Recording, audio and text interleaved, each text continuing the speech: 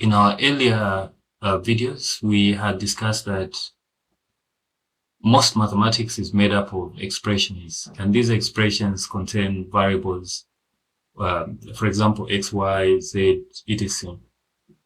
And we said that also they contain expressions, and then they can contain also powers and radicals. So, for example, I can have x squared plus y, then plus maybe root of z, something like that. This is an expression. Okay, you can see that there's a variable x, there's a variable y, and there's a variable z.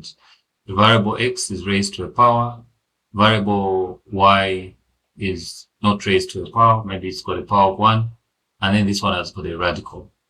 And so we said that now we're saying that this whole expression, okay, can be raised to a power. And so the only way that you can expand this well is if the power is very small, yes, you can expand it. But if the powers are very big, for example, if I've got an expression like this, and then I raise it to 2, it's easy for me to expand it. For example, we can say x plus y squared. We say that we're going to repeat this, but we're going to split this into 2. So we're going to say x plus y like that, then plus y like this. Then again, we say x plus y. So we repeated this, but also we've also split the whole expression.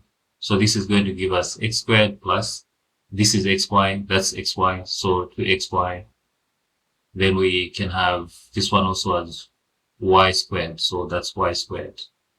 So you see that we can expand it in this way. But what if now the powers were like this, 100, and maybe you're looking for a particular term, maybe the 50th term? How are we going to get it using this method? It will take us forever, isn't it? So that is where now there are special ways in which we can expand such complex expressions. Okay. So how do we expand them? The main way that we can use to expand is called the binomial expansion. And then the binomial expansion has got 2 main methods. The first one is what we call the Pascal's triangle, and the second is what we call the binomial theorem. But what is very important to note is that both are based on 2 principles. Okay. The first is we need to know how to get our coefficients. And then the second is we need to know how to get our powers. That's everything there is to binomial expansion. Master how to get the powers, master how to get the coefficients, and then master how to get the powers.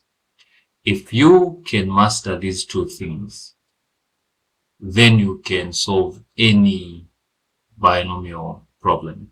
Again, we look for powers, and we look for expressions. So as in this case, we look for coefficients. In this case, we see that we have coefficient here, which is 1, the coefficient there, which is 2, the coefficient here, which is 1. And then the powers, we have a power of 2 for x, we have a power of 1 there, we have a power of 0 here. And then we can also look at y. Y here has got 0, y here has got 1, y here has got 2. So you can see that x is decreasing as we are going this side, meaning that it's increasing this way. And then y is actually increasing going that way. Where's y? Y is here, which is the second term. The first term is that. So we can know that the powers for the first term are going to be descending. The powers for the second term are going to be increasing.